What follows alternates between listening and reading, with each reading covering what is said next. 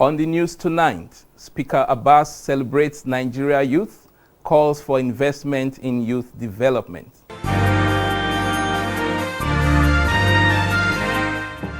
Stakeholders advocate for collaboration and commitment to tackle climate change challenges.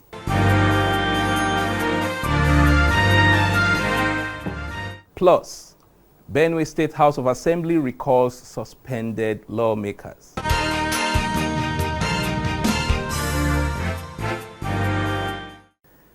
Good evening and welcome to Parliamentary News. I am Itaire Ikben.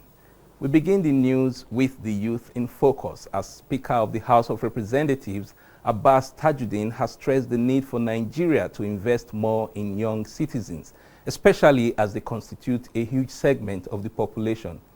In his message to commemorate the 2025 International Youth Day, Speaker Abbas advises government at all levels to prioritize policies and programs tailored towards young Nigerians. He advocates increased access to quality and affordable education, describing skill acquisition and empowerment of the youth as an investment in the future of the country. He also urges key players in the public and private sectors to invest more in talent hunts, entrepreneurship and sports as part of efforts to shield the youth from crime and other vices. Meanwhile, West African youths have been advised to use their numerical strength to promote good governance and utilize opportunities at early days of their lives while shunning corruption and other social vices. This was at an event to mark this year's International Youth Day by the Regional Youth Parliament in Abuja. National Assembly correspondent Joshua Ogunjide tells us more. Youth gathered here at the capital city of Nigeria to mark the International Youth Day, deliberating on issues militating against youth empowerment and their non-passive participation in policymaking as well as governance. These challenges range from childhood socialization, social vices, especially corruption, political thuggery, rascality, overdependency, and idleness. What are the ways forward? We pray that our youth in Africa will continue to take the nation as their personal belonging. Election malpractices that happen in the nation. You hardly find people in their late 50s and 60s paying attention. This is young men that do some of those things. ICPC is calling on you to have zero tolerance for corruption. You are our partners in the fight. The message for them is to be focused and be diligent in whatever they do. And as they do that, the sky will be the beginning and not the limit for them. We are calling, as the West African Youth Parliament, we are calling on other presidents of other West African states to see more reasons to involve youth in policy making and governance. How us as youth can foster collaborative work and also innovative solutions to help the country and West Africa as a whole. You need your skills, both soft and hard skills, combined with your technology and then your zeal to want to learn and want to show the country what you have to offer. As outlined by the United Nations, the 2025 International Youth Day celebration is themed Youth Empowerment for a Sustainable Future. In Abuja, Joshua Ogunjide, NTA News. And still on youth matters, with renewed calls for youth inclusion in leadership and decision-making, a leadership summit was convened in Maiduguri by member representing Borno North Senatorial District at the Nigerian Youth Parliament, Fatima Bukar Lamisula.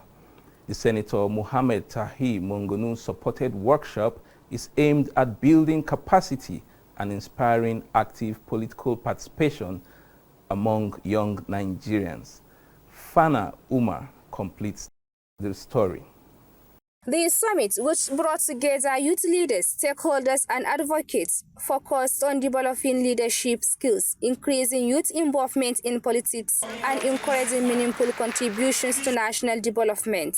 Convener of the summit, Fatima Bukar Lamisula, urged young people to step up and take their place in leadership spaces, stressing that the future of Nigeria depends on bold and visionary youth participation. Build their capacity, they should be ready for whatever they are trying to be, not just get into it without the proper knowledge or proper you understand, preparations for that. Representing Senator Muhammad Tahir Manguno, Senior Legislative Assistant Gado Ali Manguno, commended the Senator's ongoing efforts in youth empowering through various skills acquisition initiatives that promote self-reliance. These youth need to be mentored. They need to acquire skill. They need to acquire experience by pairing them with distinguished leaders. APC women leader Pati Kakuna emphasized the need for more women to be involved in leadership and politics, noting that inclusive governance leads to more balanced development. We can also encourage girls to take on leadership role. We can teach them about the importance of leadership and politics. We can show them that they can be leaders too. In a keynote address, Professor Ibrahim Umara spoke on the importance of empowering the youth for leadership and political engagement, describing it as a key driver for sustainable development in Nigeria. The ability to understand the realities on the ground, devoid of emotion, by engaging in redistribution of whatever goods that will come from the national cake, as well as to draw the attention of those that are in government to respond to the sensibilities of the particular society. Panel discussions also exploit the impact of capacity building programs on youth readiness for political participation, leadership roles, and effective decision making. Other speakers took turns to appreciate Senator Muhammad Tahir Manguno for his tireless commitment to the people of Borno, applauding his round-the-clock efforts in empowering communities. Building capacity of youth, political participation, and decision making to undertake these three very important aspects. This is the thing one needs to think about before sorting for being a leader. I don't have direct connection to call His Excellency, but Barrister Muhammad Tahir Manguno intervened. In 4 months, he has sent me nearly 7 million naira. With that money, I have traveled to more than 20 European countries. MT Manguno is a leader we must support and we must commend. Let me also support my sister with just a token of $100. To further support the cause, donations in cash and kind were presented to the convener of the event. Adding color and cultural pride to the event, the Borno State Cultural Troupe thrilled participants with energetic performances.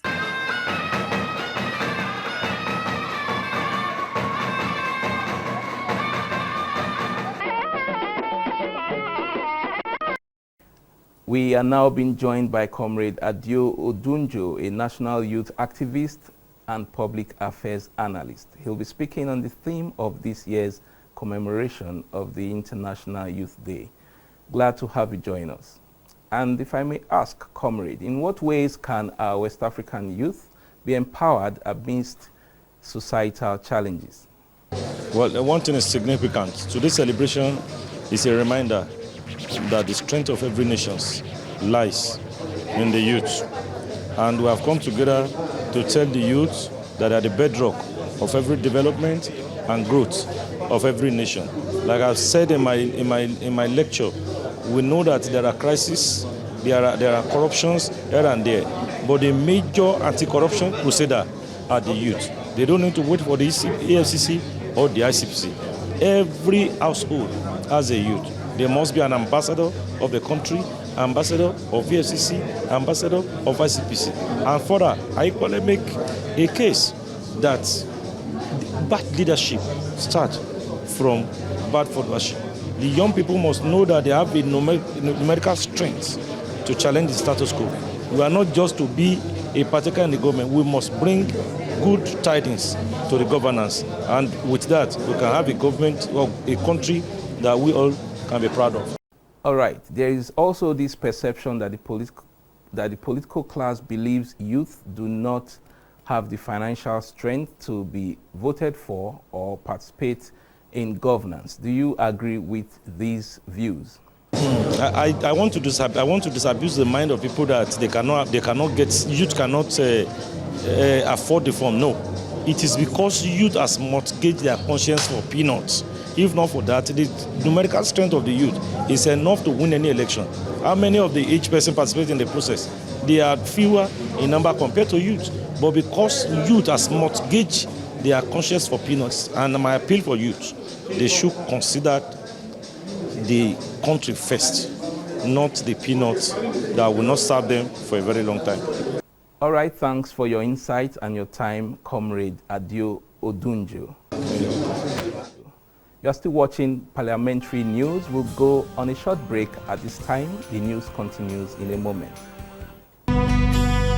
Are you looking for a short channel to make your business, goods and services go viral? Look no further, as NTA Parliament is your short channel. Take advantage of our wider reach and advertise your products and services on NTA Parliament DSTV channel 370, GoTV channel 126, StarTimes channel 306, and Free TV channel 706. For more inquiries, contact the Marketing Department, NTA Parliament, NTA Headquarters Area 11 Garki Abuja, or call these numbers 080-383-40464 or 080-770-78055. NTA Parliament, strengthening Nigeria's democracy.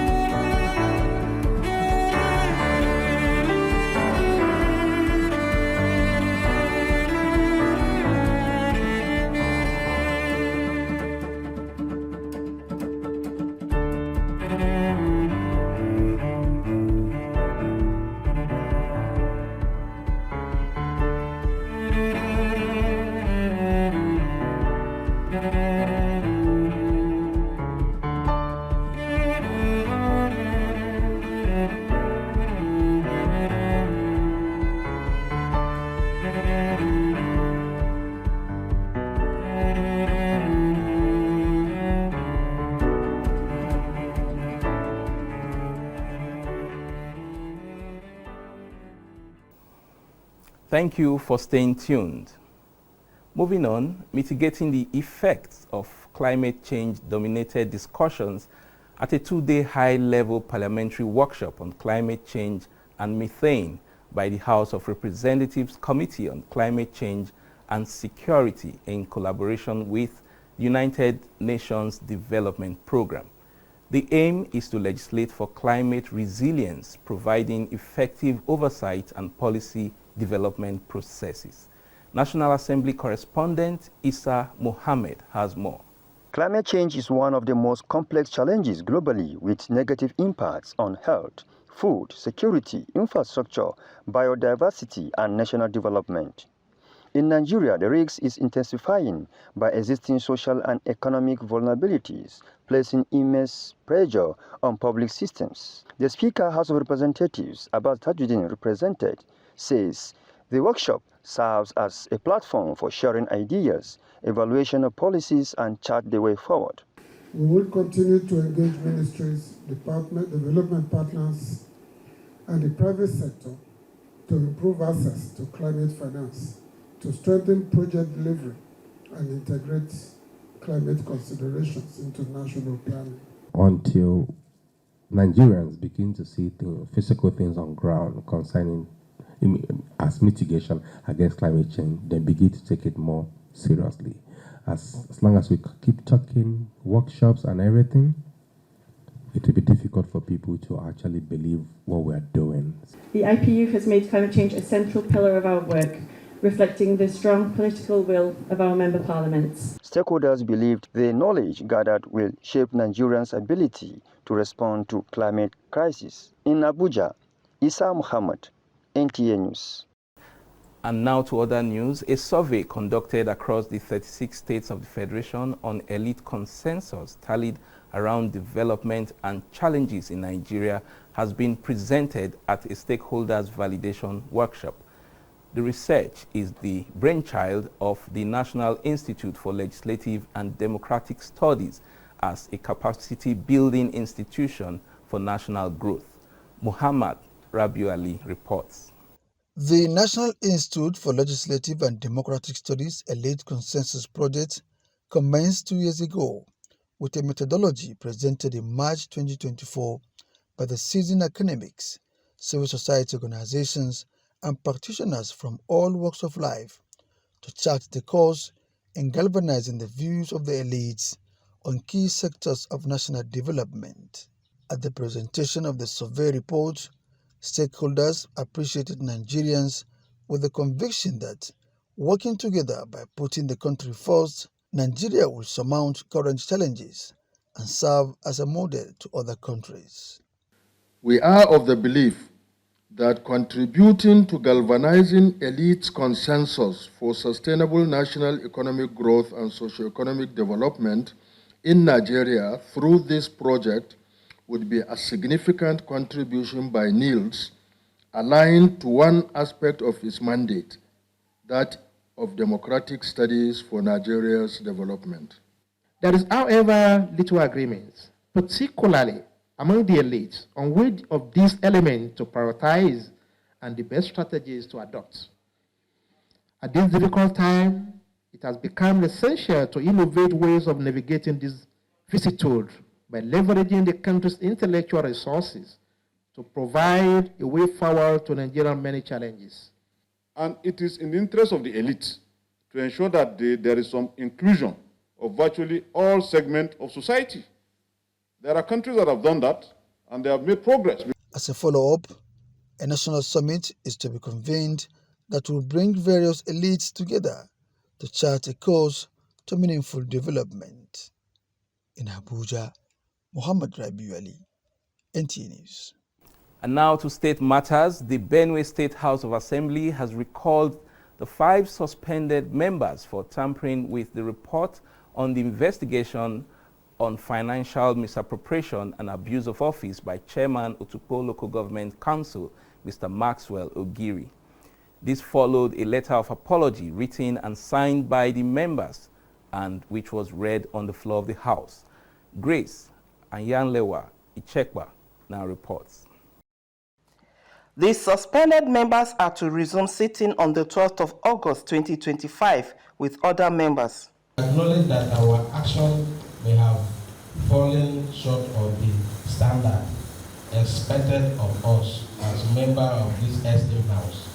Suspension of our honorable member is very traumatic experience. I want to support the minority leader. This push will be called back. They are remorseful.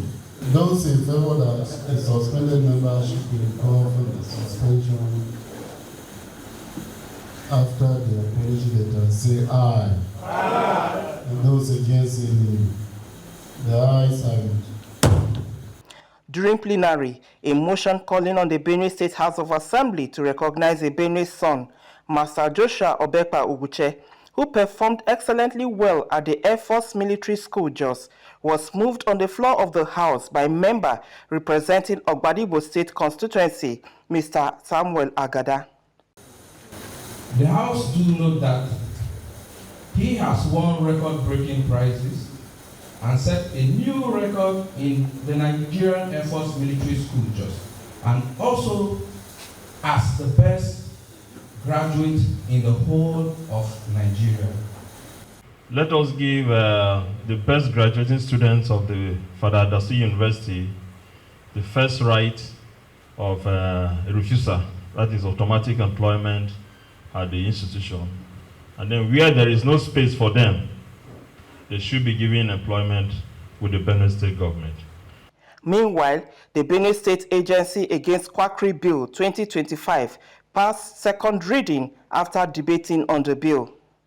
In Makudi, Grace Ichepa, NTA News. And still staying with state matters, the Ogun State House of Assembly is intervening on alleged maltreatment of the people of Ogu community in Ipokia, Idiroko, Yewa, and Ado Odo Ota constituencies while processing Nigeria passport with the Nigeria Immigration Service. This is over the continued refusal of the Nigeria Immigration Service to process the Nigerian document for the Ogu ethnic group over ways and manners their names are written and pronounced. Yemi Dalemo has details of this and other engagements of the lawmakers.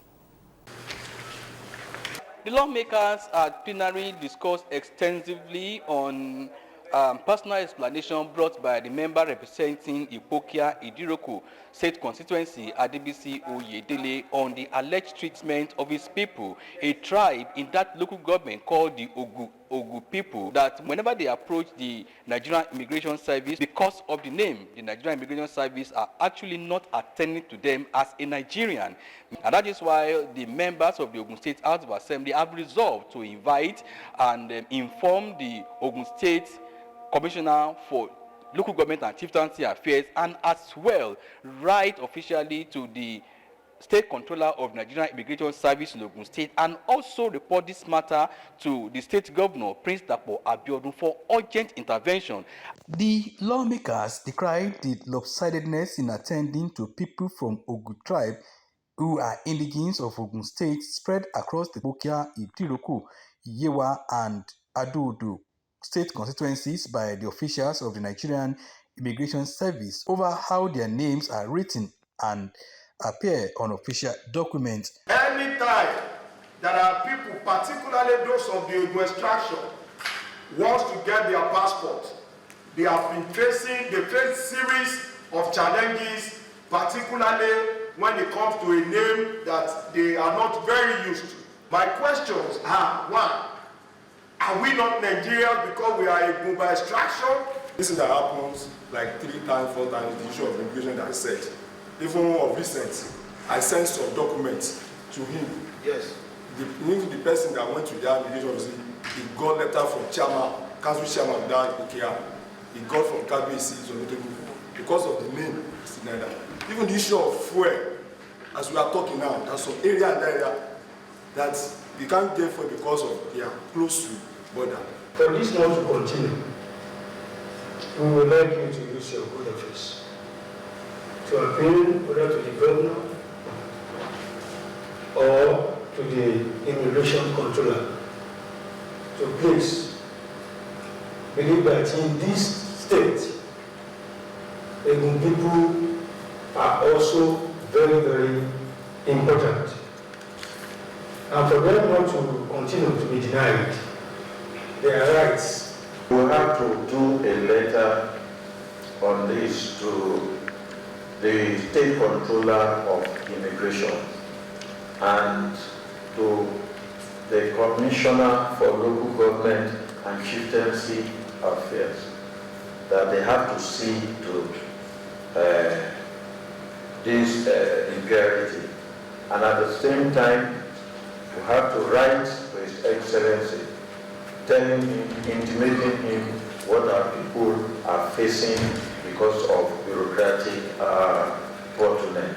Honorable Waliu Owode, representing Ijebu East constituency, also informed the House of the invasion of some elephants into Itasin Imobi in his constituency, which resulted into the death of a farmer, urging government intervention into resettling the animals back into the government forest reserve. They migrated from our forest in J4 some years ago, and there are about 50 in numbers. They are scattered around the forest and the community. This kind of unfortunate occurrence have been happening. Actually, this is the third time it is happening, and unfortunately, this one happened recently. The lawmakers received in audience members of the 5th set of Children's Parliament from Ogun State, led by the Speaker Ezekiel Favour, who came to understudy the session. In Abuja, Yemi Dalemo, NTA News. And that's the news at this time. We thank you so much for watching. Do follow us on our various social media platforms showing on your screen. I am Mitaire Ikben. Have a pleasant evening.